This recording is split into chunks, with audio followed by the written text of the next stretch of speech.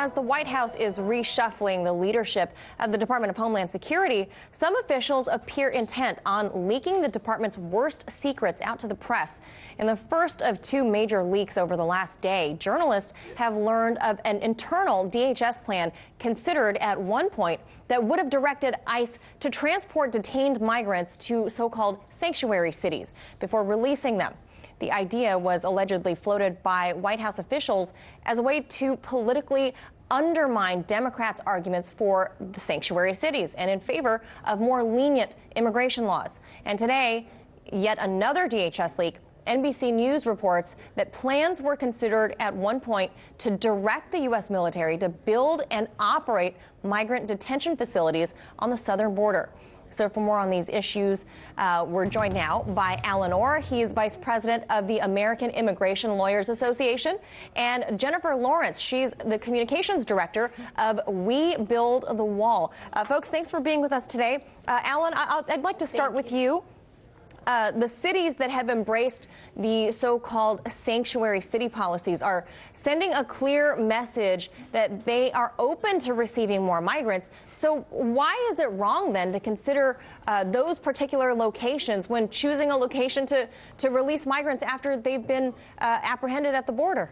Because those aren't the rules that are allowed by ICE policy, and that's just not the way the government is directed. So the president wasn't looking to do this. Well, he's actually looking to do this now again. So this is he was looking to punish those communities is what he thought he would be doing by either claiming that the immigrants that they would receive would be violent and therefore disrupt those communities, which seems would be against the American people, or he was basically just saying that he didn't really care and he was just going to try to flood those cities. And that's just not the way that U.S. policy works, and that's why he got pushback from the ICE officials. And what you're sort of seeing is the sort of breaking down of this organization that should be working together as a team by leaking these memos to sort of show that there is discontent with the way that they're organized currently. Now, Jennifer, the whole reason that officials seemed interested in doing this in the first place was that they believed it would cause a spike in crime and economic burden on these cities, causing local officials like Nancy Pelosi some political damage back at home. Is it wrong for the nation's public servants to be making decisions that they believe would actually damage certain communities? No, it's not damaging it at all. It's highlighting what is going on. We have sat with multiple angel families and sat with people all across the country who are affected negatively by illegal immigration. And illegal immigrants, illegal immigrants coming into this country and committing crimes against U.S. citizens. If these sanctuary cities want to be incentives for these people to come here and give them reason to come here and break U.S. law to get to their sanctuary in that city, then they should reap what they sow. And these politicians need to realize that we elected them to be there, and we want a wall, and we want a sovereign country, and we want a border. And we're not going to put up with criminal illegal aliens coming into this country and committing crime.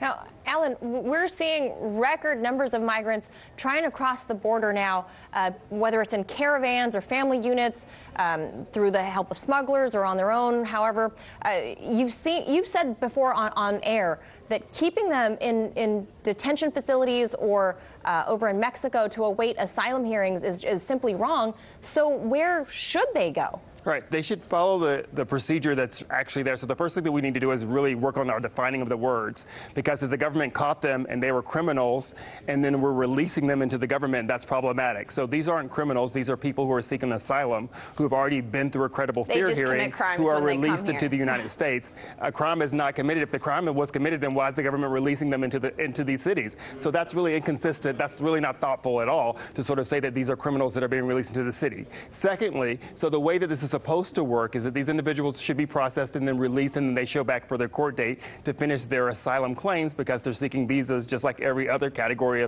of individuals. So yes, actually, long-term detention is not the answer. The best answer is, like I said before, sort of building foreign policy and not making this sign like saying we're going to build a wall and shut down the government to cause these large people to come to the government now thinking that this wall is going to be built that's going to keep them from being able to come in the future.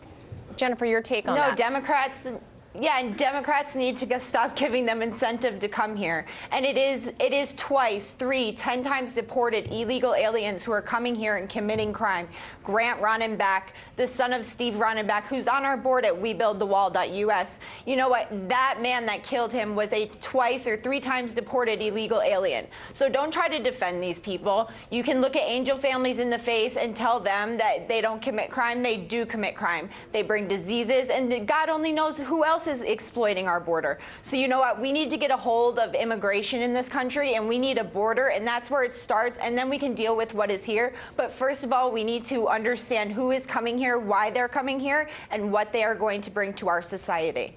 But Jennifer, what about a lot of reports out there over the years that show that migrant or immigrant communities have actually lower crime rates than cities more populated by American citizens? Then I'm asking, you know what I would ask is, why do we have U.S. citizens getting killed by illegal aliens on a daily basis? But we also have U.S. citizens being killed by U.S. citizens. Excuse me, okay, you're going to talk over me?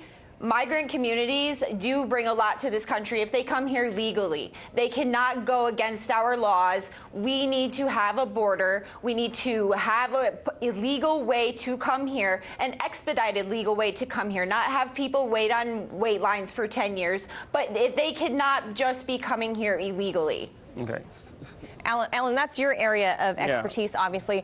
You've talked about expediting the process. So should the Trump administration really be refocusing their focus and their money and where this needs to go? Right. So as we've discussed before, one of the largest problems that we have is that CBP has an opening of some 5,000 jobs that aren't there. And we don't have enough immigration judges. And we've seen this crisis sort of building where it switched from men coming to the border to women and children coming to the border seeking asylum.